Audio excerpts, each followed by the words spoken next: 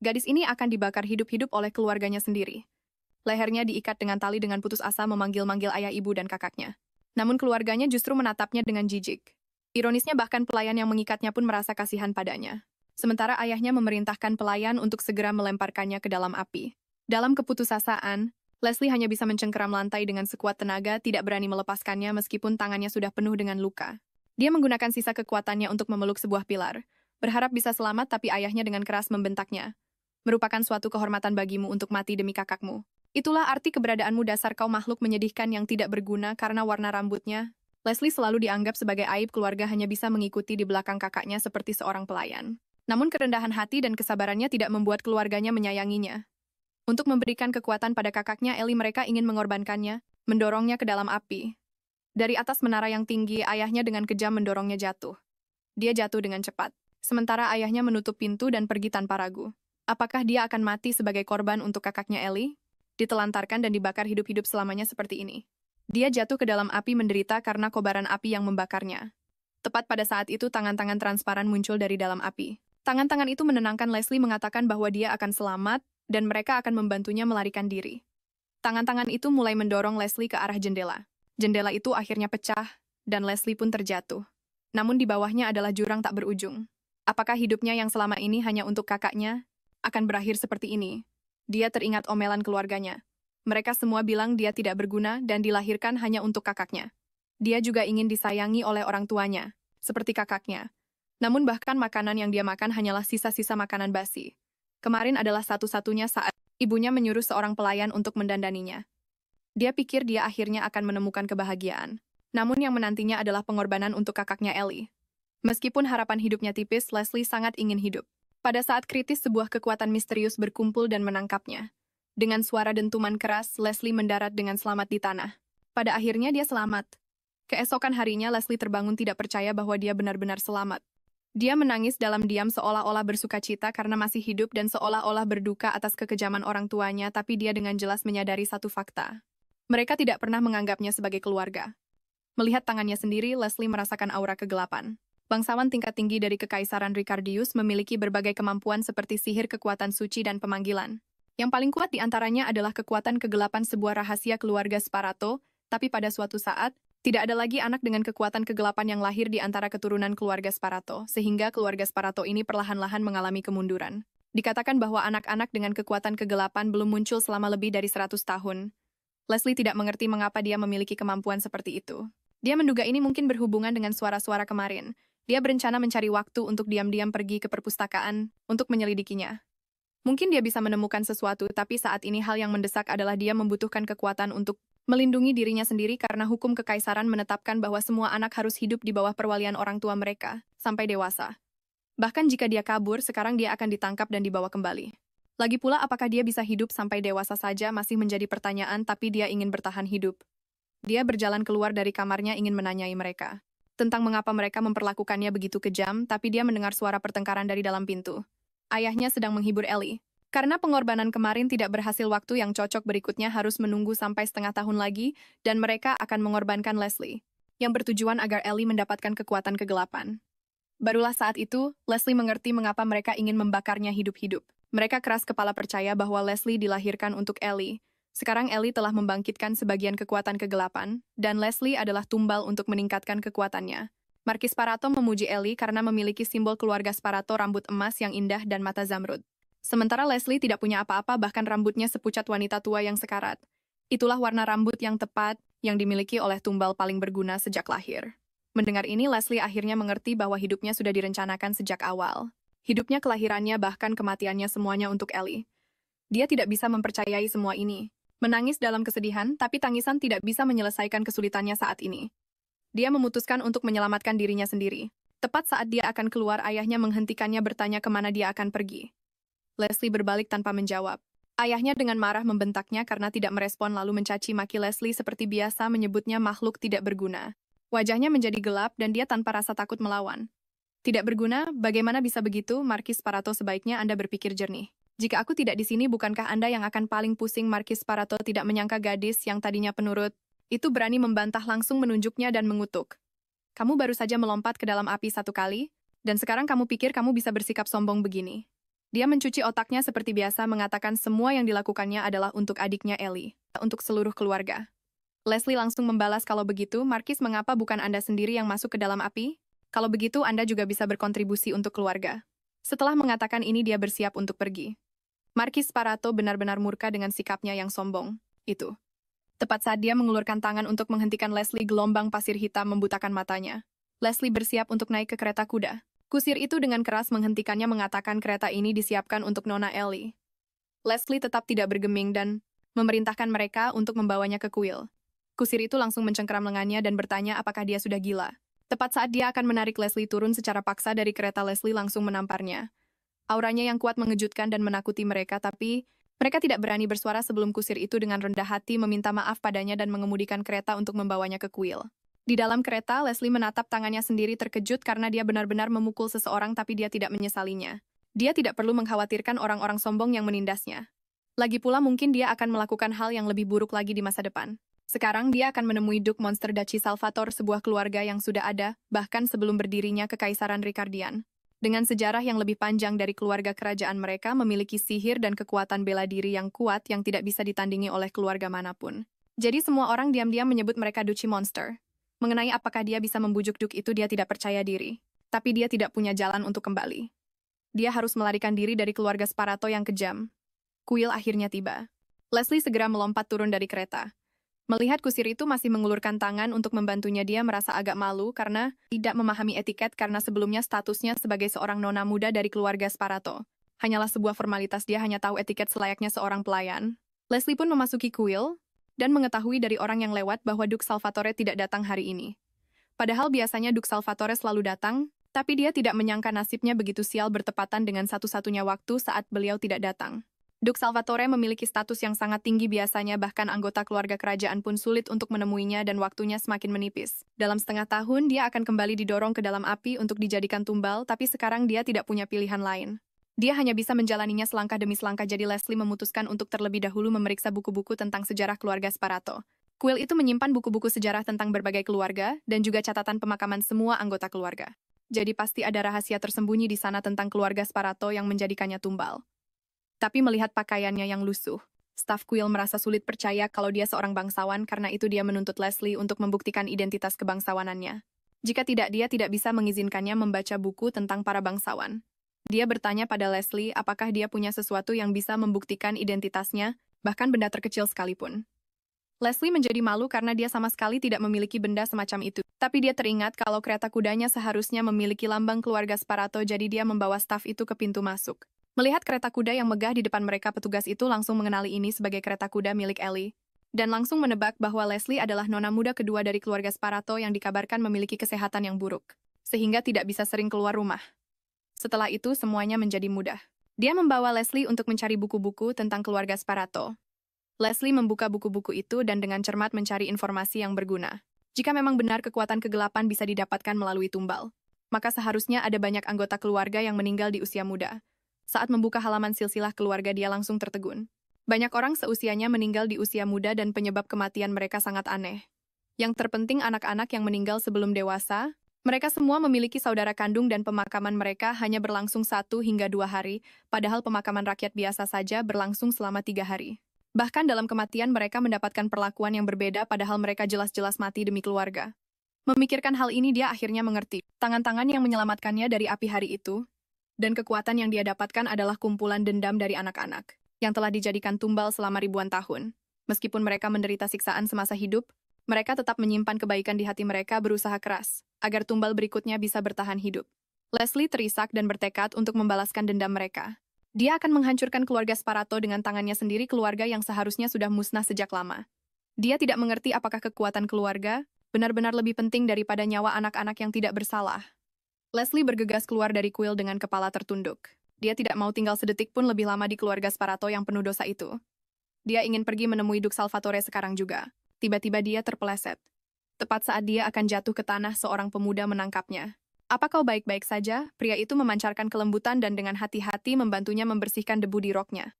Leslie berterima kasih padanya dengan sedikit canggung. Dia belum pernah menerima perlakuan selembut itu. Sambil memandangi punggungnya yang menjauh, Leslie merasakan kehangatan yang tidak bisa dijelaskan. Tak lama kemudian, dia tiba di rumah, tiba-tiba seseorang memanggil namanya sebelum dia sempat bereaksi. Kakaknya yang munafik dengan antusias memeluknya mengucapkan kata-kata manis dengan kepalsuan. Leslie tampak bingung, dia melihat ke depan. Ternyata tunangan Ellie, Pangeran Orlando, sedang berdiri di dekat situ dan memperhatikan. Pantas saja Ellie bersandiwara seperti ini. Leslie tidak meladeninya dan mendorongnya dengan satu tangan. Ellie langsung menjadi malu. Dia ingin marah, tapi Pangeran Orlando sedang mengawasi dari samping, jadi dia mulai berakting menyedihkan. Dengan mata berkaca-kaca, dia berjongkok di tanah dan menuduh Leslie telah mendorongnya. Leslie sudah lama melihat aktingnya yang buruk itu, dan tetap tidak tergerak. Ellie yang menangis bahkan tidak bisa menahan senyum di sudut bibirnya. Karena dia tahu bahwa sikap Leslie yang begitu kasar di depan Pangeran Orlando, pasti akan membuat Leslie menderita perundungan nanti.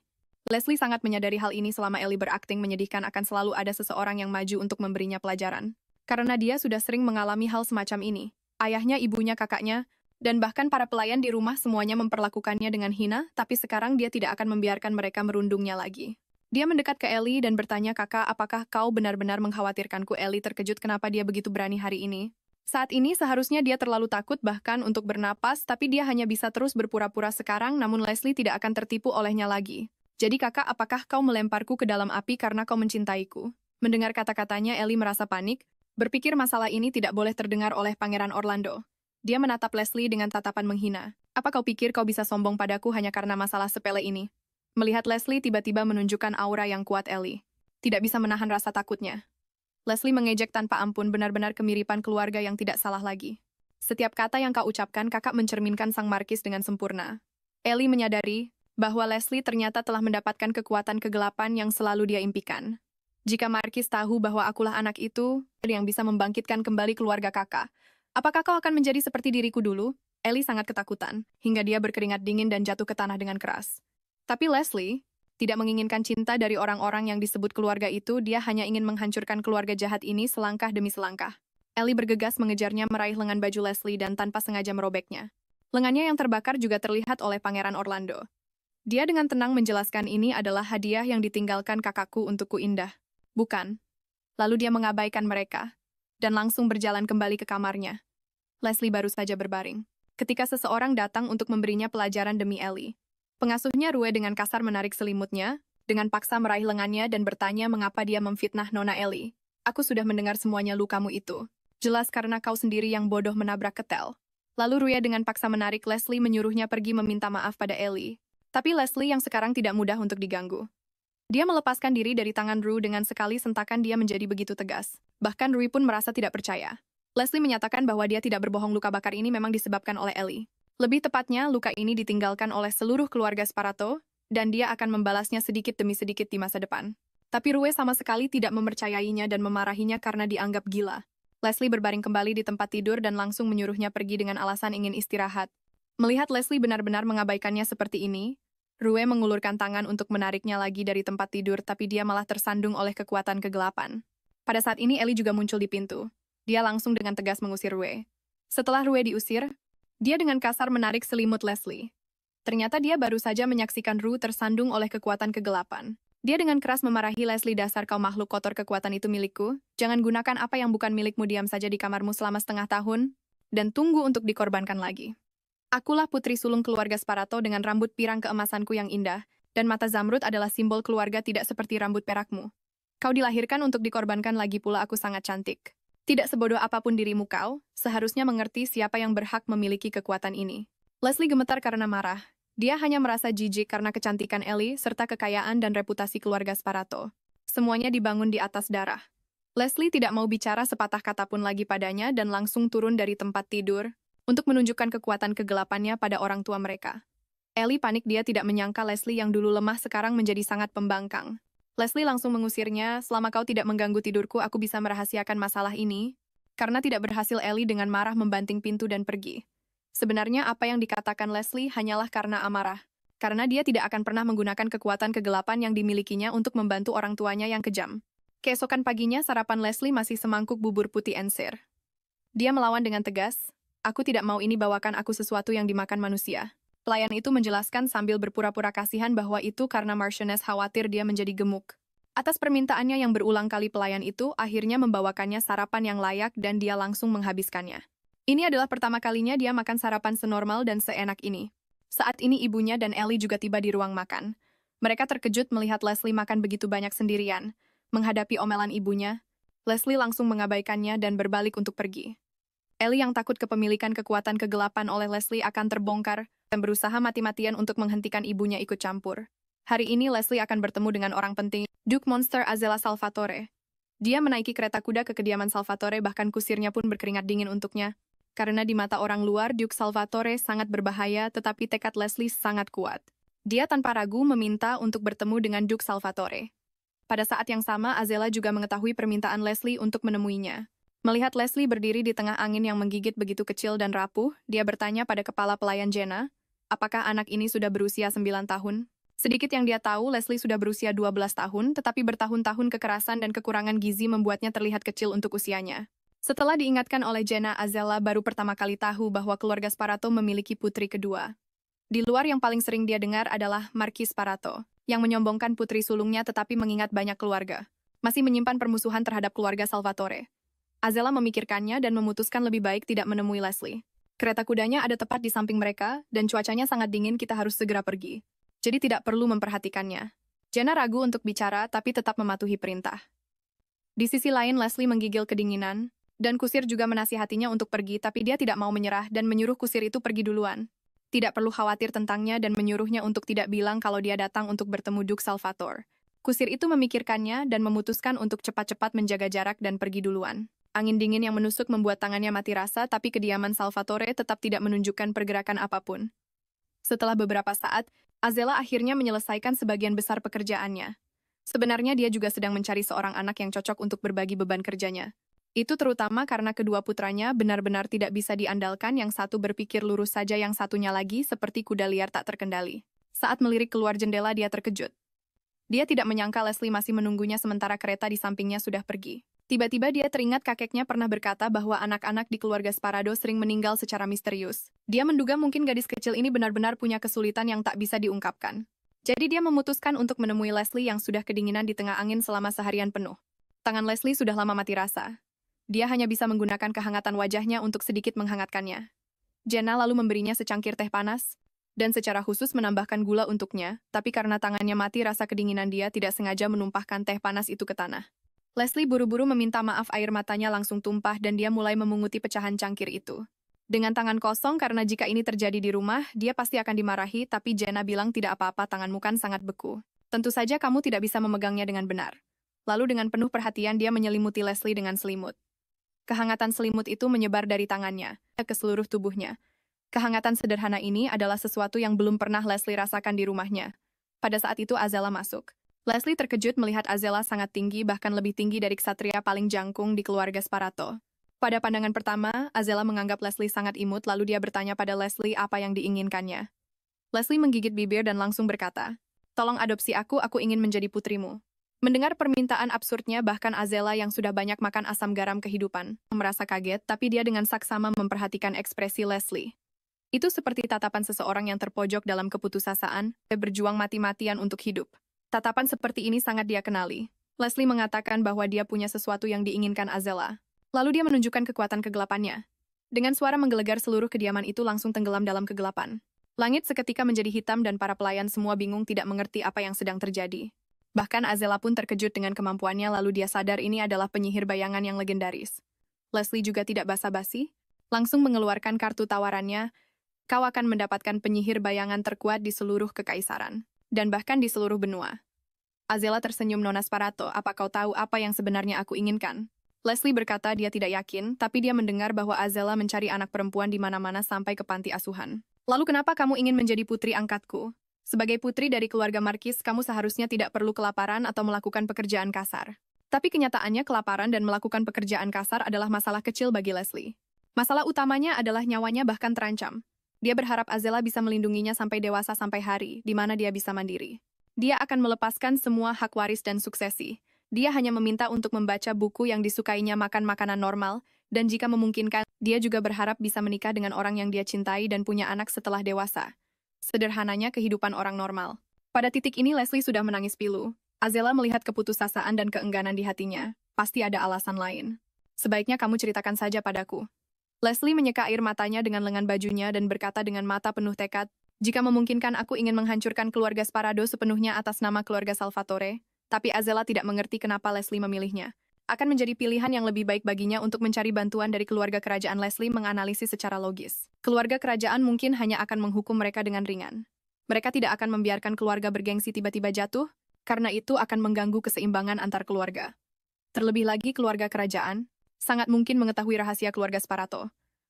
Markis Salvatore tidak menyangka wawasannya begitu tajam. Tiba-tiba dia berpikir mengadopsi anak pucat seperti ini mungkin tidak buruk juga. Semua orang di keluarganya berkulit gelap. Yang terpenting adalah dia seorang penyihir bayangan. Meskipun dia sudah menerima Leslie, dia tetap ingin Leslie mempertimbangkannya dengan matang. Bisakah kamu menerimaku? Melepas topengku mungkin akan membuatmu takut. Leslie dengan tegas menyatakan dia bisa saat topeng itu dilepas. Leslie juga gemetar di dalam hatinya. Azela berkata bahwa anak-anak yang melihat penampilannya biasanya akan menangis kencang, gemetar atau bahkan pingsan. Tapi Leslie berkata dengan simpati, itu terlihat sangat menyakitkan karena dia juga punya bekas luka yang sama, jadi dia bisa sangat berempati. Azela memakai kembali topengnya berpikir anak ini memang berbeda. Dia baru saja akan menerima lamaran Leslie. Detik berikutnya perut Leslie berbunyi keroncongan. Leslie dengan malu menutupi wajahnya. Dia sudah berdiri seharian dan benar-benar sangat lapar. Azela tidak bisa menahan tawa dan dengan ramah mengundangnya untuk makan malam bersama. Makanan lezat ini membuat Leslie merasa seolah-olah dia telah membuka pintu ke dunia baru. Tiba-tiba dia mendengar panggilan di telinganya. Dia menoleh dan menemukan seorang pria berdiri di sampingnya. Itu adalah putra Azela Betron. Melihat gadis kecil di hadapannya, dia menatap ibunya dengan tatapan bertanya. Leslie merasa sedikit bingung.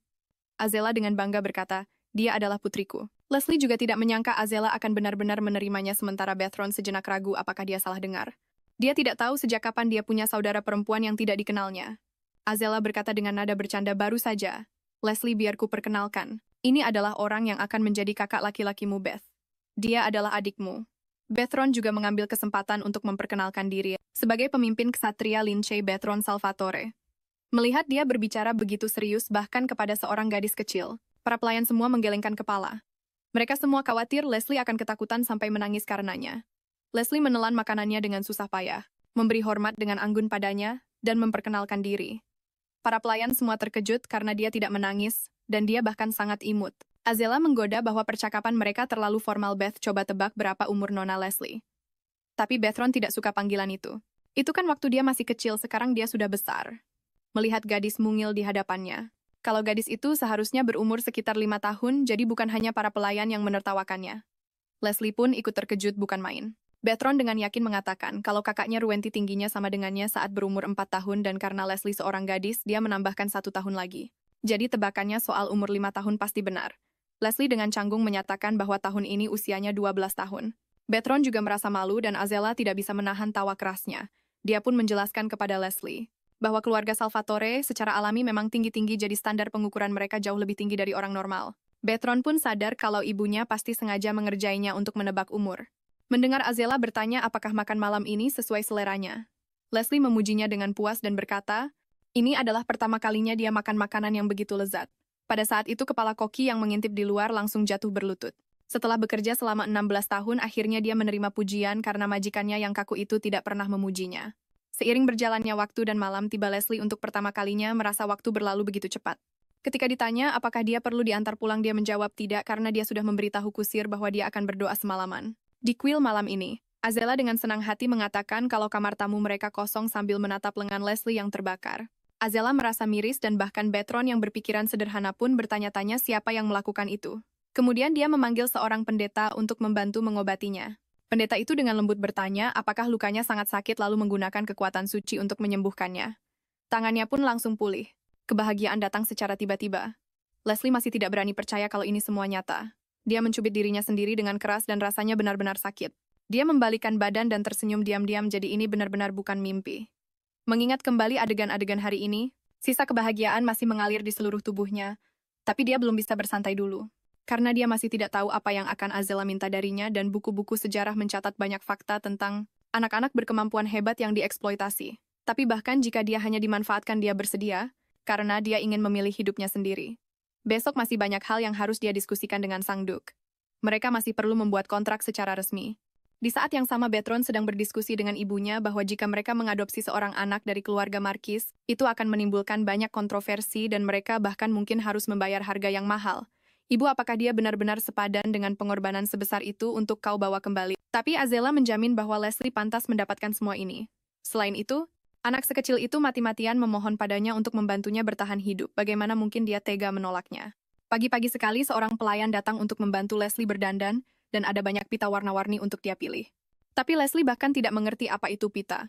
Sang pelayan dengan bercanda mengatakan dia bisa memakai semuanya. Leslie yang naif benar-benar mempercayainya. Pelayan itu buru-buru menjelaskan kalau dia hanya bercanda dan menyuruhnya memilih satu saja. Leslie pun memilih pita hijau. Meskipun pelayan berpikir warna biru akan lebih cocok, Leslie tetap bersikeras menggunakan warna ini karena warnanya sangat mirip dengan warna mata Duke Salvatore. Azela sudah menunggu di ruang makan. Melihat Leslie tiba dia langsung tersenyum dan menyambutnya. Leslie membungkuk untuk berterima kasih atas perawatannya.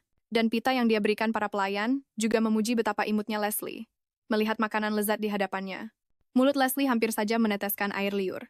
Dia mengambil makanan penutup itu dan mencicipinya merasa sangat puas. Azela juga terpesona dengan keimutannya, dan dia langsung ke pokok permasalahan. Aku yakin kamu sudah menebak bahwa aku berencana mengadopsimu sebagai putriku. Tapi kamu tidak perlu berterima kasih karena aku juga akan memanfaatkanmu jika diperlukan. Leslie tidak menyangka dia akan begitu terus terang. Tapi, pendekatan yang belak-belakan ini justru membuatnya merasa lebih nyaman. Tapi tidak mudah untuk mengadopsi anak dari keluarga bangsawan. Terutama ketika anak ini berasal dari keluarga Sparato yang bergengsi. Namun Leslie sangat yakin Azela bisa melakukannya. Azela pun memberinya jawaban yang jelas. Bagaimanapun juga status keluarga Salvatore lebih tinggi daripada keluarga Sparato. Dia juga kepala keluarga, tapi dia juga butuh waktu untuk menanganinya dengan benar. Di satu sisi, menyelesaikan prosedurnya butuh waktu. Di sisi lain, keluarga kerajaan pasti akan menyelidikinya secara menyeluruh. Dan para bangsawan lain juga akan diam-diam membuat rintangan. Yang terpenting adalah suatu keharusan untuk mendapatkan persetujuan dari orang tua kandung Leslie. Bagaimanapun, orang tua kandungnya masih hidup dan tanpa izin Azela tidak bisa mengadopsinya. Saat mendengar kata orang tua, hati Leslie menegang. Orang tuanya sama sekali tidak pantas menjadi orang tua. Mendengar Azela berkata butuh setidaknya 1 bulan, Leslie merasa sangat tersiksa dan berpikir untuk tinggal di sini saja tanpa malu-malu. Dia ingin terus tinggal di sini dan tidak mau melihat siapapun dari keluarga Sparato. Tapi setelah dipikir-pikir, dia benar-benar tidak bisa gegabah. Karena jika dia tinggal di sini sekarang itu pasti akan menimbulkan konflik antara keluarga Sparato dan Salvatore. Maka dia hanya akan menjadi beban. Bisa menyelesaikannya dalam 1 bulan saja sudah sangat cepat. Dia tidak bisa meminta lebih. Azela berkata bahwa selama bulan ini Leslie harus menyelesaikan 2 hal. Pertama, jangan biarkan orang lain mengetahui kekuatan kegelapannya. Kedua, jangan terluka lagi dan usahakan untuk tidak menggunakan kekuatan kegelapan sebanyak mungkin. Tiba-tiba Leslie merasakan firasat buruk karena dia pernah menggunakan kekuatan kegelapan pada ayahnya. Meskipun tidak terlalu kentara begitu ayahnya menebaknya, dia pasti tidak akan melepaskannya. Dia merasa sangat menyesal saat memikirkan hal ini. Azela melihat kegelisahannya dan menghiburnya, jangan khawatir, aku di sini. Beberapa kata sederhananya itu membuat Leslie merasa sangat aman. Leslie pun percaya dia bisa melewati rintangan terakhir ini. Kemudian dia naik kereta dan kembali ke keluarga Sparato. Melihat sosoknya yang pergi, Azela juga memiliki perasaan campur aduk. Dia berpikir jika suaminya tahu dia mengadopsi seorang gadis yang imut, dia pasti akan sangat senang. Karena saat kehamilan pertamanya dia, dan suaminya sangat berharap memiliki anak perempuan. Dan bahkan, sudah memilih nama Alice. Sayangnya yang keluar, malah anak laki-laki berpikiran sederhana di hadapannya ini. Lalu dia memberi Bethrena tugas untuk memberantas mata-mata di keluarga karena Markis Barato tahu. Dia mengirim orang ke panti asuhan, jadi pasti ada mata-mata di rumah. Tapi karena ini dia jadi bisa bertemu Leslie. Mungkin ini takdir. Markis Barato mungkin tidak pernah bermimpi bahwa putri yang dia abaikan begitu imut dan kuat. Leslie baru saja pulang ke rumah dan langsung disudutkan oleh saudara perempuannya yang jahat. Awalnya dia tidak ingin berkonflik dengan Ellie. Tapi Ellie langsung mencengkeram lengannya dengan satu tangan, memaksanya untuk mengaku kemana dia pergi semalam. Leslie pun menepis tangannya. Ini bukan urusanmu, suara pertengkaran memenuhi seluruh rumah memancing ibu mereka yang kejam untuk datang. Ellie langsung berakting menyedihkan dengan pilu melemparkan dirinya ke pelukan sang ibu-ibunya, melirik Leslie dengan tatapan menghina.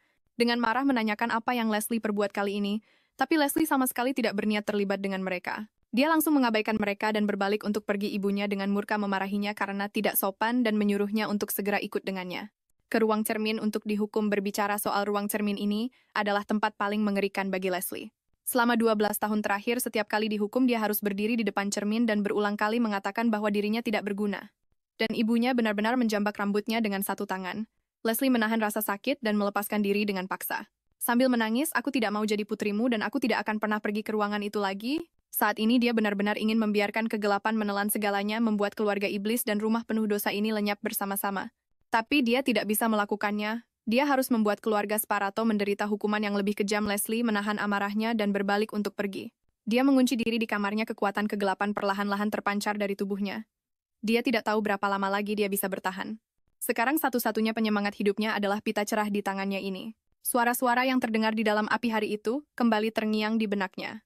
Leslie menangis dengan getir, diam-diam bersumpah akan membalaskan dendam mereka termasuk untuk dirinya sendiri. Sang Marchioness segera melapor kepada Markis Sparato. Leslie pasti sudah gila. Sejak jatuh dari Menara Tempo, hari dia benar-benar berubah total. Otaknya pasti rusak karena jatuh, dan hari itu entah bagaimana caranya dia juga membuat Rue terjatuh. Rue bilang seolah-olah Leslie menggunakan sihir.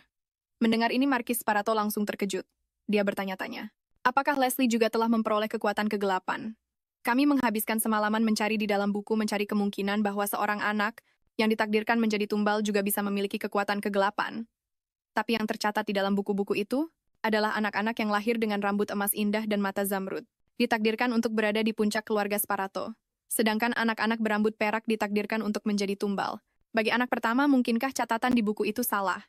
Tapi jika Leslie benar-benar telah membangkitkan kekuatan kegelapan, itu akan menjadi keuntungan ganda. Dia bisa mengirim Ellie ke keluarga kerajaan sesuai rencana awal. Dan kemudian membiarkan Leslie pergi berperang ke negeri yang dilanda perang. Dengan begitu dia bisa mengklaim hadiah pertunangan dari keluarga kerajaan, dan juga hadiah dari setiap pertempuran untuk dirinya sendiri. Memikirkan ini, Markis Sparato tidak bisa menahan tawanya. Berpikir bahwa bahkan Azela tidak akan bisa meremehkannya lagi. Jadi prioritas utamanya sekarang adalah untuk menentukan apakah Leslie benar-benar memiliki kekuatan kegelapan.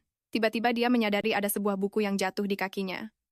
Buku itu tertulis dalam bahasa kuno, tapi saat dia membuka halaman pertama dia tertegun.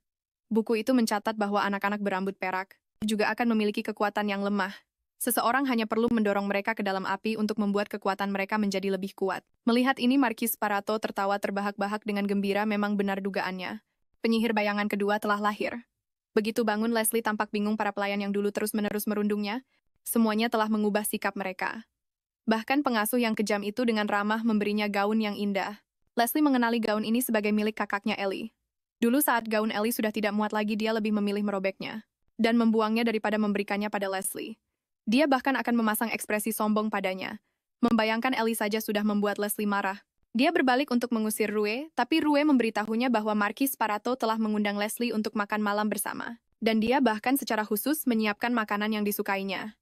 Tapi Leslie tidak mau bertemu dengannya, jadi dia dengan tegas memilih untuk tidak pergi. Hal itu membuat Rue panik, karena jika Leslie tidak pergi, dia pasti akan dihukum, tapi mengingat betapa anehnya sikap para pelayan. Telah berubah, Leslie tetap memutuskan untuk pergi melihat konspirasi apa yang sedang ayahnya rencanakan. Namun dia tidak akan memakai gaun itu. Melihat Leslie di hadapannya, Ellie terbakar amarah. Sudah cukup menyebalkan bahwa gaun paling kesayangannya telah hilang, tapi yang lebih membuatnya murka adalah Leslie justru duduk di kursinya. Ellie bergegas hendak menjambak rambut Leslie. Lalu terdengar suara ayah mereka berhenti. Bagaimana bisa kau melakukan itu? Kau benar-benar ingin menjambak rambut adikmu? Ellie meneteskan air mata sedih melihat ayahnya marah padanya. Dia sempat bertanya-tanya apakah dia sedang berhalusinasi, lalu dia menggunakan metodenya yang sebelumnya selalu berhasil, yaitu memasang tampang menyedihkan. Tapi dia tidak menyangka kali ini caranya tidak berhasil dan malah kena omel. Dia ngeri saat mendapati ayahnya justru membungkuk untuk menyapa Leslie dengan lembut. Ellie langsung berpikir ayahnya pasti kerasukan. Leslie juga benar-benar kebingungan. Mengetahui bahwa gaunnya diambil untuk diberikan kepada Leslie, Ellie mencapai batas kesabarannya saat dia mencoba mengadu. Dia dimarahi lagi oleh ayahnya. Kau sudah punya ratusan gaun di lemarimu sebagai kakak. Kau begitu pelit memberikan sedikit saja untuk adikmu. Apa kau sengaja menindas Leslie? Kemudian dia berbalik dan memarahi istrinya. Nyonya, aku sangat kecewa padamu, seorang anak berusia 10 tahun begitu kurus. Dan kau tidak peduli sama sekali. Sebenarnya apa yang kau sibukkan? Sang Marchioness langsung terdiam karena amarah. Lalu dengan munafiknya dia berkata pada Leslie, baiklah, Leslie, kau tidak perlu khawatir lagi. Ayah akan melindungimu. Leslie dengan tanpa ekspresi menyatakan fakta bahwa tahun ini usianya 12 tahun bukan 10. Dia menatap ayahnya dengan tajam. Markis Sparato juga merasa bersalah. Apa salahnya seorang ayah merawat putrinya? Leslie membalas bahwa dulu ayahnya tidak seperti ini. Dia dulu hanya memukulnya, meneriakinya, memarahinya, mengurungnya, dan baru-baru ini bahkan melemparkannya ke dalam api. Dihadapkan dengan bukti nyata, Markis Sparato hanya bisa meminta maaf dengan canggung, tapi luka yang diderita Leslie tidak bisa disembuhkan. Hanya dengan beberapa kata darinya. Dia langsung berdiri dan menyatakan bahwa dia sama sekali tidak akan pernah memaafkan mereka. Lalu dia langsung pergi begitu saja. Leslie menduga ayahnya mungkin telah merasakan bahwa dia telah Membangkitkan kekuatan kegelapan tapi itu tidak masalah selama dia tidak menunjukkannya secara aktif, tidak akan ada yang tahu dia memiliki kekuatan kegelapan. Saat itu Ellie dengan kasar mencengkeramnya dan bertanya. Jika dia memberitahu ayah mereka tentang kekuatan kegelapan, Leslie langsung tampak bingung dan berkata, "Bukankah kau yang memberitahunya? Kalau bukan kau si bodoh ini yang membocorkannya. Lalu bagaimana Markis bisa tahu Ellie hendak menamparnya?" Dengan penuh amarah, Leslie langsung menggunakan kekuatan kegelapan untuk membekukan tangannya. Dia tidak bisa bergerak maju bahkan seinci pun, dan hanya bisa melihat Leslie pergi. Di sisi lain, Markis Barato mulai mengamuk, "Aku sudah sangat merendahkan diriku. Apa haknya dia bersikap begitu sombong?" Dia langsung mulai menghancurkan barang-barang dengan liar. Dia dengan panik menuntut agar Rue memberitahunya segalanya tentang Leslie. Rue dengan gemetar mengatakan bahwa Leslie takut api. Mengetahui rahasia ini, dia menunjukkan senyum jahat. Sebuah rencana mengerikan tumbuh di hatinya, yaitu melemparkan Leslie ke dalam api. Dengan begitu, agar bisa bertahan hidup, dia pasti akan menggunakan kekuatan kegelapan. Saat itu, dia bisa memastikan seberapa besar kekuatan dan nilai yang dimilikinya. Tepat saat dia sedang memikirkan cara merencanakan konspirasi ini, seorang pelayan bertanya apakah dia akan pergi ke kuil untuk beribadah. Kali ini mengetahui bahwa itu hanyalah ibadah kuil biasa, dia ingin menolaknya, tetapi setelah dipikir-pikir ini mungkin kesempatan yang sempurna. Dia langsung mengubah ekspresinya dan tertawa terbahak-bahak. Ibadah di kuil adalah hal yang paling penting, ingat, panggil juga Leslie. Sejak ayahnya mencurigai dia memiliki kekuatan kegelapan, hari-hari Leslie menjadi lebih baik. Dia mendapatkan makanan normal dan kamarnya dibersihkan hingga bersih tanpa noda. Rue memberitahunya bahwa Markis Barato ingin dia pergi ke kuil untuk berdoa. Dia mengizinkannya naik kereta kuda sendirian. Dia masih khawatir Leslie akan menolak lagi. Tanpa diduga, Leslie langsung setuju karena kemanapun dia pergi, itu lebih nyaman daripada rumah ini. Meskipun kereta kuda ini berbau aneh, jarang sekali baik Rue maupun Markis Barato ada di sisinya, jadi dia langsung merasa jauh lebih santai. Mengingat 12 tahun terakhir, Leslie benar-benar tidak tahu bagaimana dia bisa bertahan hidup. Setelah hanya beberapa hari, dia tidak sabar untuk pergi ke kediaman Salvatore. Di kereta kuda lain, baik Marchioness maupun Ellie memasang ekspresi masam. Baru-baru ini sikap Markis Barato terhadap Leslie telah membuat mereka sangat tidak puas. Markis Barato memberi isyarat keluar jendela agar kereta kuda berhenti. Dia memberikan sebuah catatan kepada seorang pria dengan kapak. Kemudian dia mengetuk kereta kuda untuk memberitahu kusir bahwa mereka harus berbalik dan langsung pulang. Baik Marchioness maupun Ellie terlihat bingung. Markis Barato menjelaskan bahwa kapak itu untuk mencegah api menjadi terlalu besar, jadi mereka tidak perlu takut. Sebelum masuk ke kereta, Ellie telah mencium bahwa kereta Leslie memiliki bau yang menyengat. Digabungkan dengan ucapan ayahnya tentang api, Ellie langsung menebak rencana licik ayahnya. Sementara itu, Leslie berharap bulan ini cepat berlalu. Dia tidak sabar untuk pergi ke kediaman Salvatore. Tetapi kereta kuda berhenti pada saat ini. Dia tidak mengerti mengapa dan mengetuk kereta kuda dengan keras, tetapi tidak ada yang merespons. Firasat buruk langsung muncul di hatinya. Dia ingin segera melarikan diri, tetapi menyadari pintunya sudah lama terkunci. Saat dia hendak melompat keluar, jendela api yang berkobar menyala. Adegan saat didorong ke dalam api terulang kembali di depan matanya dan dia sangat ketakutan sehingga dia tersandung dan gemetar, dan dia jatuh ke tanah dengan keras, panik dan tidak tahu harus berbuat apa dalam situasi ini, tetapi hanya dengan menggunakan sedikit kekuatan kegelapan sudah cukup untuk mendobrak kunci pintu. Melihat sosok para pelayan yang dikenalnya di luar jendela, dia sadar ini adalah konspirasi yang direncanakan oleh ayahnya untuk membuktikan bahwa dia memiliki kekuatan kegelapan. Dia tidak tahu mengapa ayahnya berulang kali memperlakukannya seperti ini. Dia berpikir daripada mati seperti ini, lebih baik dia melahap semua yang ada di sini. Tepat saat dia akan menggunakan kekuatan kegelapan, suara pintu didobrak terdengar samar-samar dari luar. Saat dia hampir pingsan, dia samar-samar melihat sosok yang dikenalnya. Ternyata itu Betrion, lalu Leslie pun pingsan. Untungnya mereka tiba tepat waktu dan Leslie tidak terluka. Ternyata barusan Ordo Ksatria menerima laporan dari seorang wanita misterius saat sedang berpatroli. Wanita itu berkata, ada kereta yang terbakar di jalan menuju kuil, kalian harus segera pergi dan selamatkan dia sebelum dia menggunakan kekuatan itu. Melihat sosok wanita berambut emas yang pergi dan menggabungkan penyebutannya tentang kekuatan dan kuil, Betrion pada dasarnya yakin bahwa itu adalah kereta keluarga Sparato. Melihat kereta yang hangus terbakar, suasana hati Betrion menjadi semakin rumit. Dia akhirnya mengerti mengapa Leslie mempertaruhkan nyawanya untuk kabur dari keluarga Sparato. Saat ini sekelompok pria yang membawa kapak menuntut Betrion mengembalikan Leslie. Betrion meletakkan Leslie di samping rekannya. Lalu langsung mencengkeram leher pria itu, berkata dengan dingin hebat sekali, tidak peduli sedingin apa cuacanya. Kalian tidak mungkin tidak berkeringat setetes pun, kan? Apa kalian benar-benar khawatir dengan nona muda kalian? Kalian bahkan masing-masing membawa kapak.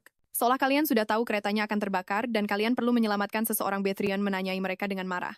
Orang-orang itu langsung ketakutan hingga gemetar, mata mereka yang penuh rasa bersalah mengungkap kebenaran mereka, bahkan dengan keras kepala berdebat. Apa urusan kalian para penculik? Cepat serahkan nona muda kami. Bethrion dengan tenang memperkenalkan bahwa mereka dari Ordo Ksatria Kerajaan Ketiga Ksatria Lynch. Aku Kapten Bethrion Salvatore. Kalian bilang kami penculik. Bisakah kalian bertanggung jawab atas kata-kata itu? Mereka langsung ketakutan dan lari tunggang langgang. Bethrion dengan lembut mengelus wajah Leslie. Bawahannya dengan penasaran bertanya apakah dia sepertinya mengenal anak ini. Bethrion berpikir sejenak dan berkata, "Dia adalah adikku." Sementara itu dalam mimpinya Leslie dikejar oleh tangan api raksasa. Dia berlari panik tetapi tidak ada tempat untuk melarikan diri. Tiba-tiba dia terbangun dari mimpi, air mata sudah membasahi matanya. Pada saat ini sesosok figur yang lembut muncul. Melihat itu adalah Duk Salvatore, hatinya yang cemas langsung menjadi tenang. Azela memberinya secangkir obat. Setelah meminumnya rasanya sangat pahit. Azela dengan penuh perhatian memberinya kue kering yang manis. Memikirkan cobaan hari ini, Leslie masih merasa ketakutan. Dia bertanya pada Azela, apakah mereka sekarang berada dalam hubungan kontrak? Karena begitu mereka menandatangani kontrak, Azela harus mematuhi perjanjian untuk melindunginya. Melihatnya yang begitu tidak aman, Azela menghiburnya, kamu tidak akan dilemparkan ke dalam api lagi. Sesuai dengan kontrak. Aku ada di pihakmu, jadi tidurlah dengan tenang. Aku akan menemanimu sampai kamu tertidur. Setelah dia tertidur, Azela berjalan keluar dari kamar. Dan kebetulan bertemu dengan Bethrion. Mengetahui asal mula kejadian itu, dia dengan marah mengutuk bahwa Markis Parato benar-benar keterlaluan. Meskipun dia tidak mengerti mengapa mereka melakukan ini, fakta bahwa keluarga mereka memiliki banyak anak yang meninggal secara misterius menunjukkan masalah ini tidak sederhana, jadi dia memutuskan untuk pergi ke kediaman Sparato. Pada saat yang sama, Ellie tiba-tiba melepaskan tudungnya. Dia pikir apa yang dilakukannya kali ini sudah benar, setidaknya dia bisa mencegah ayahnya menemukan kekuatan Leslie. Tapi kemudian dia diberitahu kalau ayahnya sangat murka setelah mengetahui orang yang dia mintai tolong ternyata adalah Bethrand, dari keluarga Salvador. Ellie berpikir dengan rasa bersalah, kenapa juga aku harus bertemu dengannya? Bukankah ini akan menimbulkan masalah di masa depan? Tapi sudahlah, selama Leslie tidak kembali itu sudah bagus. Dia tidak mau bertukar identitas dengan Leslie. Jika saat itu tiba, Leslie akan menjadi sang putri dan dia yang harus menjadi tumbal. Saat itu dia diberitahu kalau Duk Salvador datang berkunjung. Ellie memberi hormat dengan sopan, tapi dia tidak menyangka Azela setinggi itu. Mengetahui Ellie berusia 15 tahun, Azela berkata kalau Ellie terlihat lebih dewasa dari usianya sambil teringat pada Leslie yang lemah. Dia merasa Markis dan istrinya benar-benar sangat pilih kasih. Tanpa banyak basa-basi, dia pun langsung menemui Markis Barato. Dia langsung to the point dan menanyakan penyebab kebakaran kereta kuda itu, padahal itu adalah konspirasi yang direncanakan oleh Markis sendiri. Markis Barato langsung mengalihkan kesalahan, tapi Azela yang sudah tahu, sifat munafiknya terus mencecarnya. Di mansion ini ada banyak hal yang kau siapkan untuk Nona Ellie, seperti ruang ganti, ruang belajar, dan rumah kaca yang indah, tapi aku sudah menjelajahi seluruh mansion ini, dan tidak menemukan satupun pakaian atau sepatu milik Nona Leslie. Jadi Markis Barato, apakah anak itu benar-benar putrimu?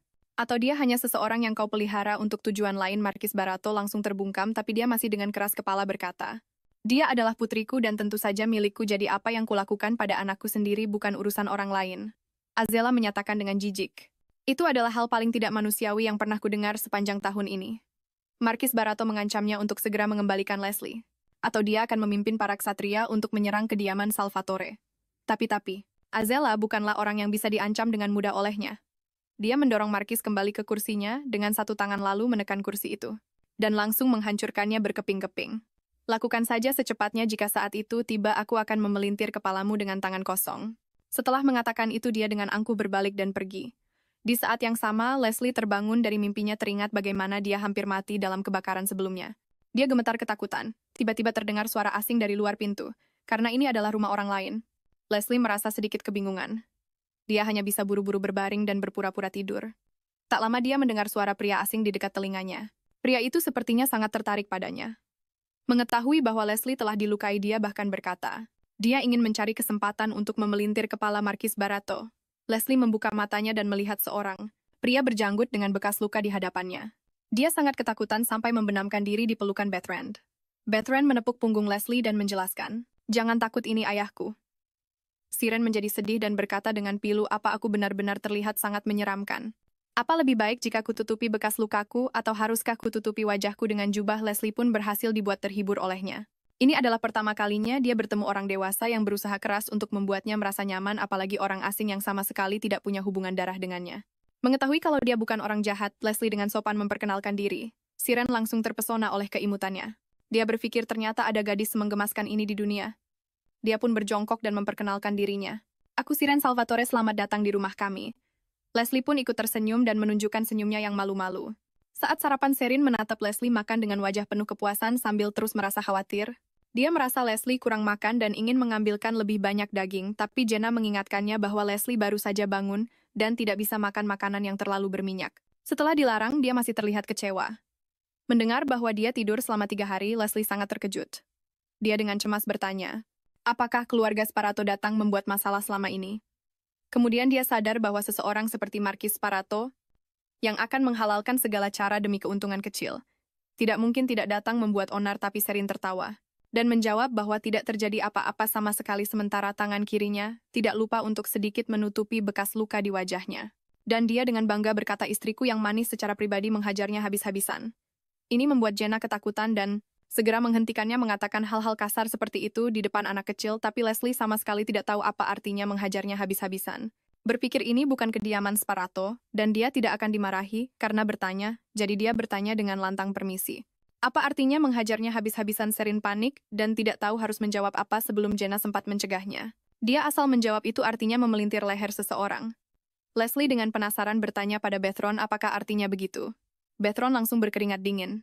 Sherin langsung ditendang keluar pintu. Bethron menyuruh Leslie untuk melupakan kata-kata tidak beradab itu dan menjelaskan bahwa ayahnya dulu adalah tentara bayaran, jadi kadang-kadang bicaranya ceplas-ceplos, tapi Leslie tetap saja penasaran. Jadi apakah Duke Salvatore mematahkan leher Marquis Barato? Bethron buru-buru menjelaskan bahwa Marquis Barato memang datang ke mansion untuk membuat onar secara terang-terangan. Dia bahkan menyewa sekelompok preman. Meskipun hari itu hanya Azila yang ada di rumah, dia menghajar gerombolan itu sampai babak belur hanya dengan beberapa gerakan. Akhirnya dia mencengkeram lengan Marquis Barato dan memelintirnya sampai berbunyi krak. Mendengar ini, Leslie terkejut bahwa Azila benar-benar mematahkan lengan Marquis Barato. Sherin membuka pintu saat itu dan mengeyek bahwa Marquis Barato itu hanyalah orang bodoh. Baru saat itulah Leslie menyadari bahwa orang yang dulu tampak begitu tangguh dan menakutkan, sekarang tidak tampak sekuat yang dia bayangkan. Bethron tanpa ampun mengusir ayahnya keluar lagi. Leslie terhibur dengan interaksi mereka. Setelah itu, Bethron dengan lembut menyuapinya, meninggalkan Sherin sendirian di luar pintu, yang menatap dengan mata berkaca-kaca penuh iri. Selesai makan, Leslie pergi ke kamar barunya ditemani oleh mereka. Dia tidak bisa membayangkan bahwa kamar yang besar dan indah ini akan menjadi miliknya mulai sekarang. Dia melangkah tanpa alas kaki di atas karpet yang empuk, merasa seolah-olah sedang berjalan di atas awan. Leslie sangat menyukai kamar ini. Kemudian dia dengan tulus berterima kasih pada mereka. Jenna juga menyiapkan seorang pelayan khusus untuk melayaninya. Nona Leslie namanya adalah Mattel. Mulai hari ini dia akan melayani Anda pada malam hari. Mendengar penyebutan Leslie, wajah Sherin langsung berseri-seri. Dia menghabiskan sepanjang malam memuji-muji betapa imutnya Leslie. Di depan Azela, Azela mengatakan bahwa menyelesaikan adopsi resmi masih agak sulit karena Marquis Barato sedang cepat-cepat menghilangkan bukti penganiayaan terhadap Leslie. Sherin bertanya apakah Azela bisa membuat keluarga kerajaan mengirim Marquis Barato ke medan perang selama 1 hari. Kalau begitu dia bisa berpura-pura tidak sengaja mematahkan lehernya. Ini memang ide yang bagus meskipun agak tidak realistis. Pagi-pagi sekali, Leslie didandani dengan sangat manis dan datang ke ruang makan. Keluarga itu saling menyapa dengan hangat. Bethron segera mengajaknya duduk di sampingnya. Melihat Leslie agak kesulitan naik ke kursi, Sherin segera ingin menyiapkan kursi baru untuknya.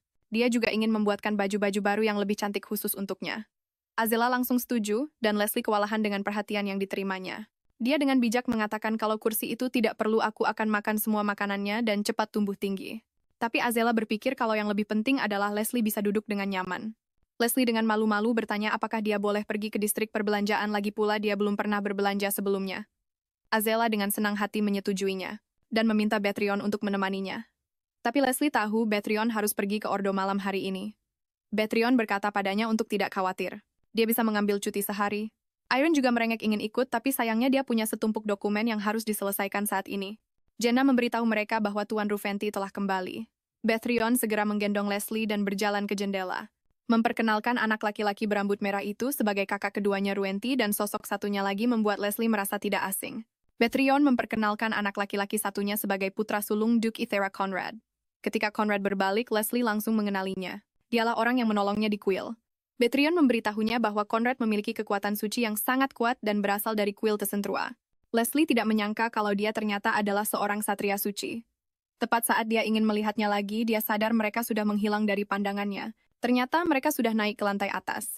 Ruventi dengan tidak sopan bertanya pada Bethrion, "Kak, apa itu yang ada di pelukanmu?"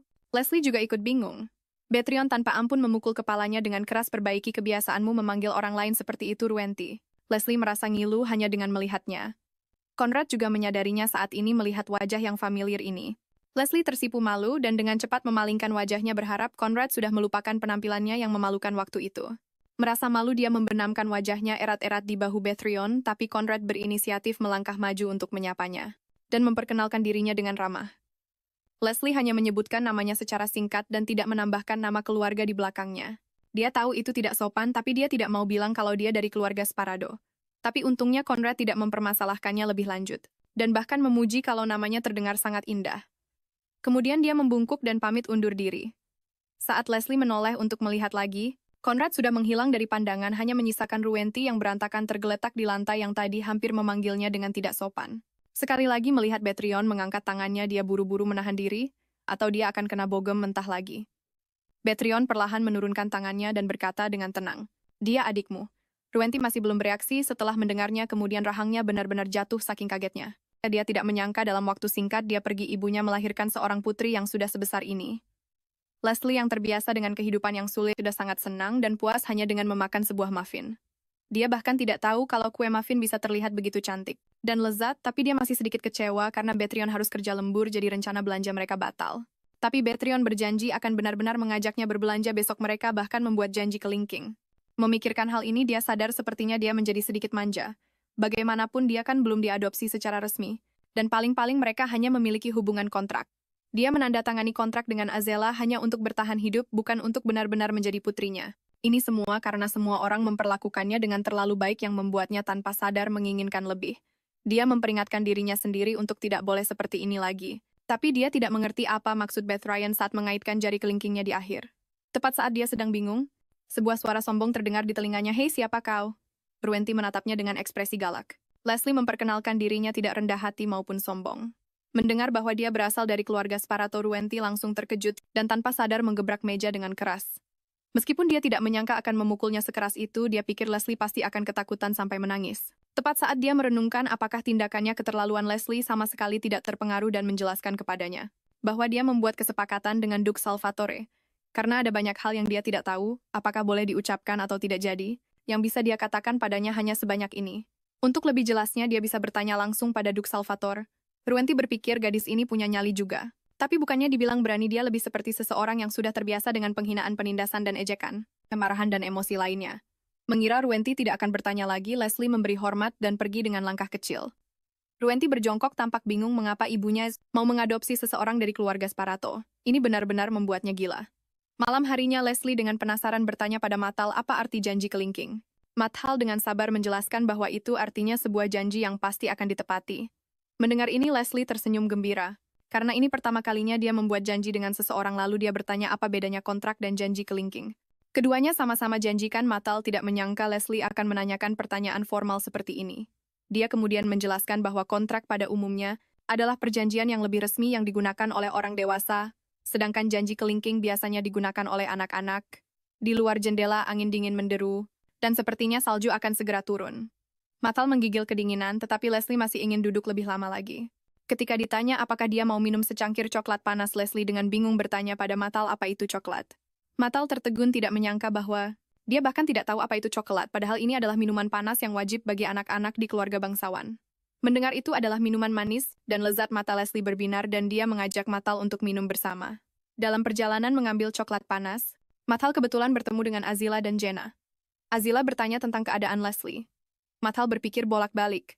Benar-benar tidak tahu apakah dia harus mengatakan sesuatu. Akhirnya dia memberanikan diri untuk berbicara. Nona Leslie sedikit aneh. Dia tidak mengerti apa arti janji kelingking, tidak tahu apa itu coklat, dan tidak tahu kenapa kue muffin bisa terlihat begitu indah. Dia tidak begitu mengerti pengetahuan umum, tetapi dia tahu cara menggunakan kata-kata sulit seperti kontrak. Aku selalu merasa dia terlalu dewasa sebelum waktunya. Ketika Tuan Bethron tiba-tiba ada urusan, dan tidak bisa mengajaknya berbelanja, dia juga tersenyum dan berkata tidak apa-apa. Jika itu anak-anak lain seusianya, mereka mungkin setidaknya akan mengamuk kecil. Azela juga terdiam setelah mendengar ini. Dia menepuk Matal dan memberitahunya bahwa Leslie adalah anak yang punya banyak cerita, jadi bersikaplah lebih peduli padanya. Saat Matal membawa 2 cangkir coklat panas yang manis, Leslie sudah tertidur di dekat jendela. Sebenarnya Leslie sudah sangat mengantuk, tapi dia tidak mau melewatkan langit yang penuh bintang berkelap-kelip, karena di masa lalu dia jarang punya kesempatan untuk menatap langit yang bebas. Matal dengan hati-hati mengangkat Leslie, membaringkannya dengan lembut di tempat tidur dan mendoakan Leslie mimpi indah di dalam hatinya. Keesokan paginya dunia luar sudah tertutup salju tebal saat Mathal datang ke kamar. Dia mendapati Leslie sudah duduk di dekat jendela melihat salju sejak pagi terlalu bersemangat untuk acara belanja hari ini. Jadi dia bangun pagi-pagi. Bethron juga menepati janjinya tepat waktu. Saat ini, Leslie berjalan mendekat dengan pakaian yang membuatnya terlihat seperti bola berbulu. Bethron langsung menggendongnya dan Mabel dengan canggung menjelaskan bahwa, karena pakaian pesanan khususnya belum jadi, dia mengambil pakaian tebal yang dipakai Tuan Ruventi saat berumur 10 tahun. Leslie tidak menyangka di usianya yang 12 tahun memakai pakaian bekas orang lain yang berumur 10 tahun pakaian itu masih sangat kebesaran. Ini cukup menjadi pukulan telak baginya. Bethron menghiburnya, "Kamu seorang gadis, jadi wajar saja kalau tubuhmu lebih mungil. Jangan dimasukkan ke hati." Tanpa diduga Jenna menyenggolnya untuk berhenti bicara Tuan Bethron sebenarnya. Anak perempuan seharusnya tumbuh lebih cepat daripada anak laki-laki saat mereka masih kecil. Bethron hanya bisa menghibur Leslie bahwa selama dia makan lebih banyak daging, dia akan cepat tinggi. Leslie benar-benar percaya, dan bertanya apakah dia bisa tumbuh setinggi Duke. Bethron dengan lembut memberinya jawaban setuju. Leslie langsung tersenyum bahagia. Di dalam kereta dia melihat keluar jendela dan bahkan hal sesederhana melihat keluar jendela terasa sangat santai dan bebas baginya. Ketika mereka tiba di toko pakaian, toko itu dipenuhi dengan pakaian yang mempesona. Mabel juga tidak tanggung-tanggung saat berbelanja, bawakan semua yang bisa dipakai nona muda kami, pakaian santai, gaun formal, pakaian musim dingin, jubah, dan juga kemeja, celana, sarung tangan. Jika tidak ada stok, maka buatkan sesuai ukuran. Mendengar tentang pembuatan celana dan kemeja khusus, Bethron memberitahu Leslie bahwa itu mungkin berarti ibu ingin mengajarinya secara pribadi. Setelah itu, Leslie berganti dengan gaun biru tebal membuatnya terlihat sangat anggun. Dia sangat menyukainya. Tetapi saat-saat bahagia selalu saja diganggu. Saat Leslie dalam perjalanan ke kamar kecil, dia dicengkeram dengan kasar oleh seseorang. Ternyata itu adalah Ellie. Dia dengan paksa menyudutkan Leslie ke pojok, berkata dengan nada mengejek, "Bagaimana bisa toko ini membiarkan orang sepertimu masuk membeli pakaian di toko yang sama denganmu, membuat selera dan kelasku jadi rendah." Melihatnya datang sendiri ke toko pagi-pagi, Leslie langsung bisa menebak niatnya. Lagi pula dia biasanya tidur sampai siang. Dia menduga mungkin berita tentang lengan Markis Prado yang dipelintir telah menyebar, dan Ellie takut kehilangan muka di rumah, jadi dia diam-diam datang untuk membeli baju. Ellie menyalahkan segalanya pada Leslie. "Semua ini gara-gara kaulah yang membuat Duke Salvatore memelintir lengan ayah, dasar tidak berguna. Gara-gara kau kita jadi menanggung malu," dan dia mencengkeram lengan Leslie. "Kau pergi dan katakan pada Duke Salvatore untuk menutupi masalah ini. Sekarang ibu mengurung diri di kamar dan mogok makan." Leslie menepis tangannya. "Dulu aku kelaparan, setiap hari dipukuli, dan dimarahi setiap hari, bahkan tidak bisa meninggalkan rumah. Dan tidak bisa bergerak bebas bahkan di dalam rumah. Semua penderitaan yang aku alami adalah karena kalian. Sekarang yang seharusnya kau khawatirkan bukanlah mereka, tetapi dirimu sendiri, saudariku tersayang." Ellie dengan marah membalas, "Bukankah itu semua karena kau terlahir tidak berguna? Dengan rambut perak jelekmu kau dilahirkan untuk menjadi tumbal. Jika kau juga punya rambut emas yang indah dan mata zamrud, kau juga akan disayangi sepertiku." Leslie menatap dengan jijik. "Bahkan jika aku terlahir dengan rambut emas dan mata zamrud, apa kau benar-benar akan berbagi semua yang kau miliki denganku, dasar pembohong?" Setelah mengatakan itu, dia berbalik dan pergi. Ellie mengertakkan gigi karena marah, tetapi hanya bisa pergi dengan malu saat Leslie baru saja kembali. Bethron berinisiatif meminta maaf padanya atas nama Ruventi yang mengancamnya kemarin, tapi bagi Leslie hal itu sama sekali tidak menakutkan. Dia tidak memasukkannya ke dalam hati. Baginya yang benar-benar mengerikan adalah keluarga Sparado. Dia memberitahu Bethron dengan jujur bahwa dia tidak takut. Bethron langsung menunjukkan ekspresi muram, bertanya-tanya pengalaman apa yang telah dialaminya sebelumnya. Pada saat ini, Mattel menutup album busana dengan suara keras menyela percakapan mereka. Matanya sampai sakit karena memilih-milih, tapi akhirnya dia berhasil membelikan cukup pakaian untuk Leslie. Setelah meninggalkan toko pakaian, Leslie yang terbungkus pakaian tebal dengan gembira melompat-lompat di atas salju. Tiba-tiba dia terpikat oleh deretan mainan yang berkilauan. Bethron memberi isyarat bahwa mereka bisa masuk dan melihat-lihat. Ini adalah pertama kalinya Leslie melihat begitu banyak mainan boneka-boneka kelinci. Semua hal yang bisa dibayangkan. Leslie menatap boneka kelinci dengan penuh kekaguman. Bethron menyuruhnya untuk memilih apapun yang dia suka, tapi Leslie dengan bijak mengatakan itu tidak perlu, dia hanya melihat-lihat. Bethron menatapnya dengan dalam lalu tiba-tiba menggendong Leslie dan bersikeras agar Leslie memilih satu. Melihat Leslie masih menggelengkan kepala, Bethron berpura-pura akan membeli semua boneka di toko itu. Leslie pun terkejut. Bethron menjelaskan bahwa sebagai anggota keluarga Salvatore, jika mereka masuk ke sebuah toko, mereka harus membeli sesuatu, jika tidak rumor aneh mungkin akan menyebar, seperti kecurigaan bahwa keluarga Salvatore sedang mengalami masalah keuangan. Tahu bahwa Bethron sedang menggoda Leslie. Mattel tertawa di samping mereka sementara Jenna benar-benar terpaku. Leslie buru-buru menghentikannya, sambil berkata malu-malu bahwa dia hanya menginginkan boneka kelinci hitam itu. Melihat Leslie akhirnya bisa mengungkapkan keinginannya, Betron mengelus kepalanya. Kamu boleh mengatakan apapun yang kamu mau, kamu tidak lagi berada di kediaman Sparado, kamu tidak perlu menahan diri lagi. Dia menyerahkan boneka kelinci hitam itu kepada Leslie. Perasaan dihargai ini memberi Leslie kehangatan yang belum pernah ia rasakan sebelumnya. Betron tidak pernah membayangkan bahwa secangkir coklat panas dan sepotong kue saja bisa membuat Leslie begitu bahagia. Dia berpikir Leslie sebenarnya bisa sedikit lebih manja. Sikapnya yang begitu penurut justru membuatnya merasa lebih kasihan. Sebenarnya bagaimana cara Markis Parado membesarkan anak? Hanya dengan meletakkan kue kering manusia salju di atas coklat panas saja sudah membuatnya sangat takjub. Leslie memanggil Betron, seperti sedang memamerkan harta karun, tapi dia tidak menyangka kue itu akan langsung meleleh. Hal yang tampak sepele bagi orang lain justru membuat gadis baik hati ini menyalahkan dirinya sendiri, berpikir bahwa karena dialah yang memasukkannya ke dalam coklat panas sehingga kue itu tenggelam dengan menyedihkan. Dia bahkan menangis sedih karenanya. Malam itu dia secara khusus meminta Mattel untuk merahasiakan hal ini. Di tengah malam, Leslie terbangun diam-diam turun dari tempat tidur mengambil bonekanya dan berkata dengan gembira, "Ini yang kakak Betron belikan untukku. Warnanya hitam sepertimu, dan warna pitanya juga sangat mirip dengan warna mataku." Kegelapan di bawah tempat tidur dengan hati-hati menyentuh boneka itu.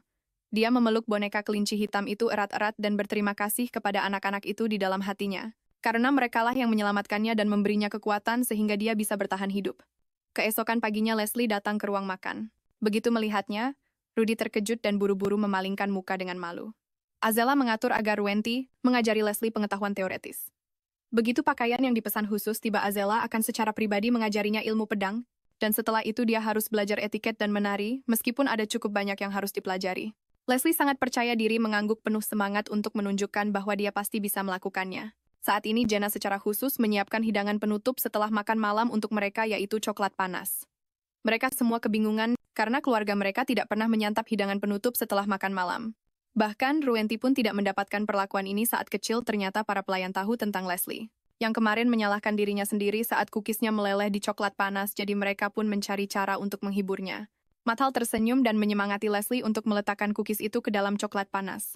Leslie sedikit takut, karena terakhir kali dia merusak kukis itu, tapi Mathal mendorongnya untuk mencoba. Ketika Leslie dengan hati-hati meletakkan kukisnya, sebuah keajaiban terjadi.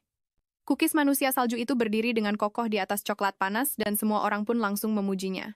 Leslie juga dengan senang hati menunjukkan pemandangan ini kepada Betron karena kemarin dia gagal menunjukkannya. Sebenarnya para pelayan telah berusaha keras untuk ini. Tadi malam di bawah pimpinan Kepala Koki mereka melakukan ratusan percobaan, dan akhirnya berhasil menciptakan kukis manusia salju yang bisa berdiri tegak di atas minuman panas. Leslie lalu dengan senang menunjukkan pada Azela bahwa dia berhasil membuat kukisnya berdiri. Azela tertawa melihat tingkah lucunya sementara Serin di sebelahnya bertepuk tangan dan memuji dengan gembira. "Wah, hebat sekali nona kecil kita, Leslie." Ruenti yang duduk di dekatnya terlihat bingung. Dia tidak pernah menyangka seluruh keluarga akan jadi seheboh ini hanya dalam beberapa hari.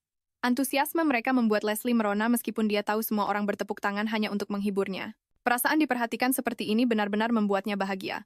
Tiba-tiba Ruenti menggebrak meja membuyarkan lamunannya. "Hei, mulai hari ini dan seterusnya aku yang akan mengajarimu." Leslie langsung membungkuk untuk berterima kasih. Ruenti kaget melihat sikapnya yang begitu formal. "Karena ibu sudah memerintahkanku untuk mengajarimu dengan baik, bahkan jika kau tidak bersikap seformal itu, aku akan tetap mengajarimu dengan benar." Dia membawa setumpuk besar buku dan meletakkannya dengan keras di hadapan Leslie. "Ini semua adalah materi paling dasar. Kau bisa mengikutinya kan?" Leslie terkejut dengan perbuatannya. Ruenti diam-diam merasa bersalah, karena buku-buku ini sebenarnya hanya bisa dimengerti oleh para senior di akademi. Tapi dia tetap yakin Leslie menggunakan siasat licik untuk menyusup ke keluarga Salvador. Dia harus membongkar kedoknya. "Aku tidak habis pikir kenapa semua orang memperlakukannya dengan sangat baik, bahkan kakak Betron sebagai benteng pertahanan terakhir keluarga Salvatore. Dia benar-benar tidak akan bisa dibodohi." Leslie tampak ragu, jadi Ruenti dengan cepat menggunakan psikologi terbalik. "Kau mau bilang tidak sanggup, ini adalah materi paling dasar." Tapi Leslie langsung membuktikan dugaannya salah. Dia tidak hanya bisa membaca bahasa baru, dan kuno, dia juga kurang lebih sudah akrab dengan buku-buku yang baru saja disebutkan Ruenti. Ruenti menatapnya dengan pandangan kosong. Dia tidak pernah menyangka di usianya yang begitu muda Leslie sudah membaca berbagai macam buku. Faktanya semua pengetahuan yang Leslie baca adalah hasil belajar paksa di keluarga Sperato. Jika dia tidak belajar dengan baik, dia akan dipukuli dengan tongkat karena dia seharusnya membantu Ellie yang kelak akan menikah dengan keluarga kerajaan. Jadi kebodohannya sama saja dengan kebodohan Ellie. Mengetahui bahwa Leslie ternyata telah membaca teori-teori dari filsuf kesukaannya Nahirokia, mata Ruenti langsung berbinar dan bertanya kutipan mana yang paling disukainya. Leslie pun menjawab.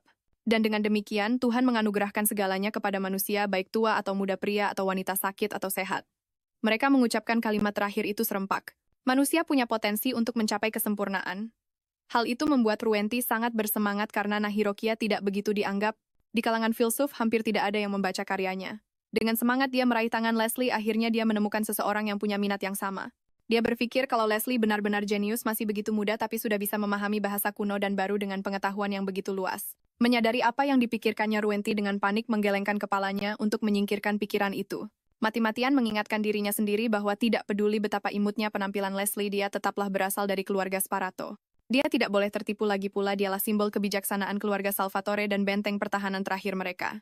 Tapi setiap kali Leslie menyebut nama filsuf kesayangannya Nahirokia, mata Ruenti tidak bisa menahan untuk tidak berbinar, dia tidak bisa mengendalikan dirinya.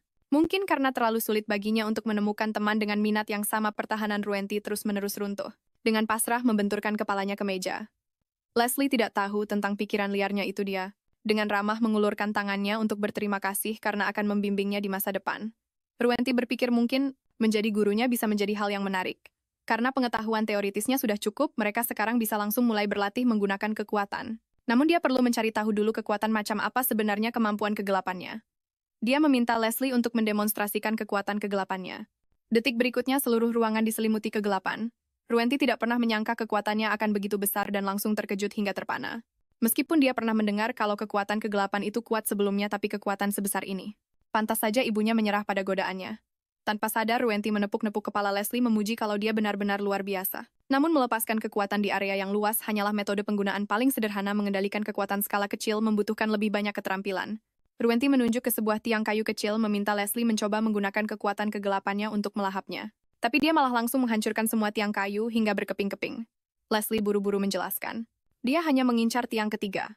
Ruenti menenangkannya dengan berkata kalau lebih sulit bagi mereka yang punya kekuatan besar. Untuk menyerang target kecil, makanya dibutuhkan lebih banyak latihan.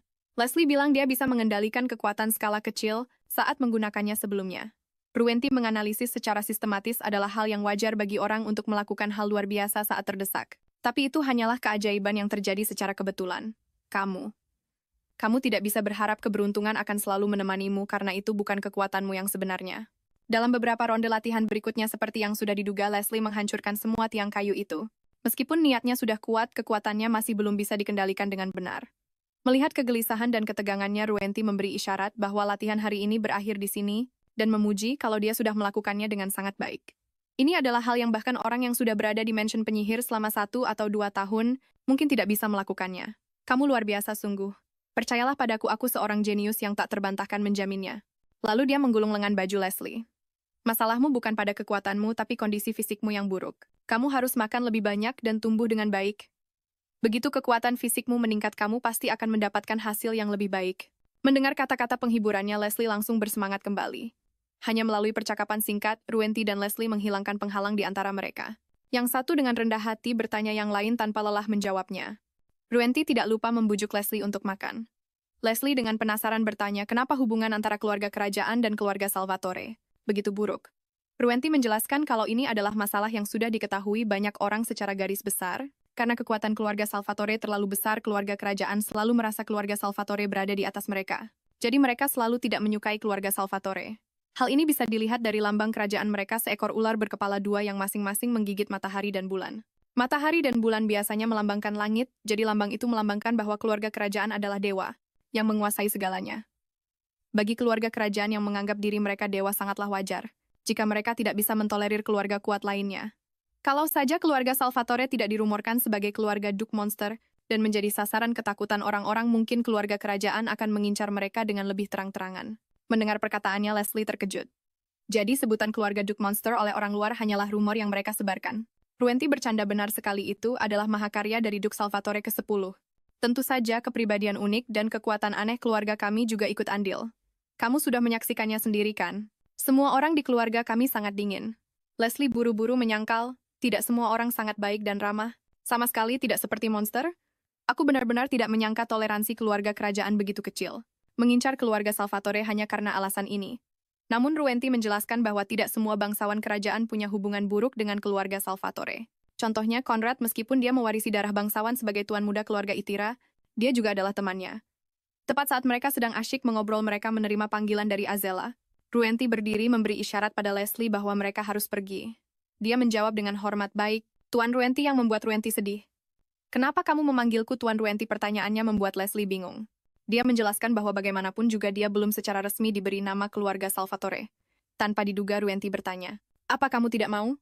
Apa kamu tidak ingin nama keluarga Salvatore?" Leslie dengan panik menyangkal dengan keras. "Tidak, aku mau." "Baguslah. Kalau begitu, kamu adalah bagian dari keluarga kami, jadi kamu harus segera mengubah cara memanggilku." Panggilan Tuan Ruenti terlalu jauh. Leslie dengan gugup bersiap dan memanggil Kak Ruenti. Ini membuat Ruenti sangat gembira, "Ya adikku tersayang." Lalu dia menggendong Leslie dan pergi menemui ibu. Saat mereka sampai di pintu, Azela memberi isyarat agar Leslie menunggu di ruangan sebelah. Ruenti melaporkan perkembangan belajar Leslie kepada ibu dan dia tidak pelit memuji adiknya. "Dia sangat pintar, seorang jenius. Hanya sedikit di bawahku. Di usianya yang begitu muda, dia sudah mencapai level senior di akademi. Dia memang jenius dalam hal teori, tapi dia sangat kurang dalam pengetahuan umum dan telah mempelajari banyak etiket yang aneh. Perilakunya, bukannya sopan tapi lebih mirip seperti seorang pelayan. Yang paling penting, dia tidak punya harga diri atau jiwa pemberontak. Ini jelas terbentuk dari kondisi hidupnya selama ini." Melalui interaksinya dengan Leslie, Ruenti akhirnya percaya bahwa dia benar-benar melarikan diri dari keluarga Sparato sendirian. Mendengar ibu bertanya, apakah dia juga sangat menyukai Leslie, dia tersipu dan membuang muka. Mengatakan dia hanya sedikit menyukainya, tapi detik berikutnya dia diekspos dengan kejam oleh ibunya. "Kamu pasti sangat menyukainya, karena dia juga sepertinya sangat menyukai Nahirokia." Ini adalah detail yang dia temukan saat kunjungan terakhirnya ke kediaman Sperato. Ruenti tersipu malu, lalu dia dengan serius membahas cara mengajar Leslie dengan benar. Di satu sisi, mereka perlu mencari seseorang untuk mengajarinya etiket dan perilaku bangsawan yang pantas. Di sisi lain, kita perlu memperkuat kondisi fisiknya. Dia merekomendasikan agar Conrad yang mengajar Leslie, karena kekuatan kegelapannya benar-benar luar biasa. Jika kekuatannya lepas kendali, akibatnya tidak akan terbayangkan. Kekuatan suci Conrad bisa menenangkan kekuatannya, jadi ini akan menjadi perlindungan bagi Leslie. Azela juga mempercayakan semuanya pada Ruenti dan memintanya memanggil Leslie untuk menemuinya.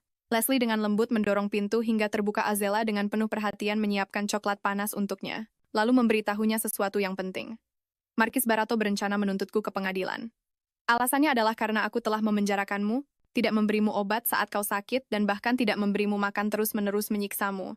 Terlebih lagi, dia menuduhku mematahkan lengannya dan melukainya dengan parah saat dia datang untuk menyelamatkan putrinya." Mendengar kebohongan ini, Leslie menangis dengan panik. "Markis Barato bohong, kau melindungiku." Beraninya dia mengatakan hal seperti itu. Dia secara aktif meminta untuk bersaksi di pengadilan dan akan menceritakan semua yang dia alami di kediaman Sperato. Azela memberitahunya bahwa ini ide yang bagus, tapi itu tidak akan terlalu efektif. Orang-orang mungkin tidak akan percaya pada Leslie meskipun dialah orang yang terlibat, karena Markis Sperato sudah merencanakan semuanya. Dia selama ini mengklaim kepada orang luar bahwa Leslie lemah secara fisik sejak kecil dan hidup dalam fantasinya sendiri. Terlebih lagi, bahkan jika dia mengakui telah menyiksa Leslie menurut hukum, Leslie tetap harus pulang bersamanya karena dia memang ayah kandungnya. Bahkan jika mereka meninjau ulang hak asuh, mungkin akan butuh waktu lebih lama sebelum menemukan wali baru untuknya. Mendengar ini, Leslie ambruk ke sofa dengan keras. Kembali ke rumah mengerikan itu, bahkan untuk melewati beberapa jam dengan aman saja, adalah angan-angan. Saat itu dia tidak bisa menjamin hal-hal tak terpulihkan apa yang mungkin dia lakukan dengan kekuatan kegelapannya. Azela mengelus kepalanya dengan menenangkan. "Aku berjanji akan memberimu nama keluarga Salvatore agar hasil itu tidak akan terjadi. Kau tidak perlu khawatir tentang apapun, tumbuhlah dengan baik di sini. Aku memberitahumu ini, hanya karena aku tidak ingin kau mendengarnya dari orang lain. Kekhawatiran terbesarmu saat ini seharusnya adalah furnitur seperti apa yang akan ditaruh di kamar barumu, karena dia sudah menyiapkan satu lantai penuh sebagai kamar Leslie." Leslie merasa sedikit terbebani oleh kebaikan ini. Tapi mengenai masalah ayahnya, Leslie juga ingin berkontribusi. Azela memang ingin menanyakan beberapa pertanyaan padanya, yaitu mengapa Markis Sperato ingin membunuh Leslie dan alasan mengapa keturunan keluarga Sperato sering mati muda. Mendengar pertanyaan ini, air mata Leslie mengalir tak terkendali. Dia mengungkapkan semua perbuatan jahat keluarga Sperato, karena dia ingin membalas kebaikan anak-anak yang telah menyelamatkannya dari api. Kata-kata terakhir, Azela membuat Leslie bingung. "Aku harap kau berpikir dengan hati-hati apakah anak-anak itu benar-benar menyelamatkanmu untuk balas dendam." Leslie tidak mengerti untuk alasan apa lagi anak-anak itu menyelamatkannya selain untuk balas dendam. Dia saja menderita karena terbakar untuk sesaat dan itu sangat menyakitkan. Anak-anak itu pasti jauh lebih takut. Dan semakin kesakitan dia menebak kali ini, Duke Salvatore pasti salah paham. Setelah itu, Leslie datang ke ruang makan. Melihat Ruenti dan Leslie akrab, Serine dan Betrion yang duduk di seberang mereka pun tercengang.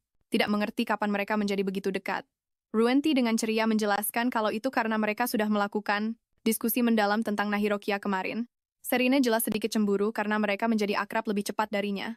Saat mendengar guru, Leslie adalah Conrad dari keluarga kerajaan Serine, sangat kaget sampai menyemburkan makanannya.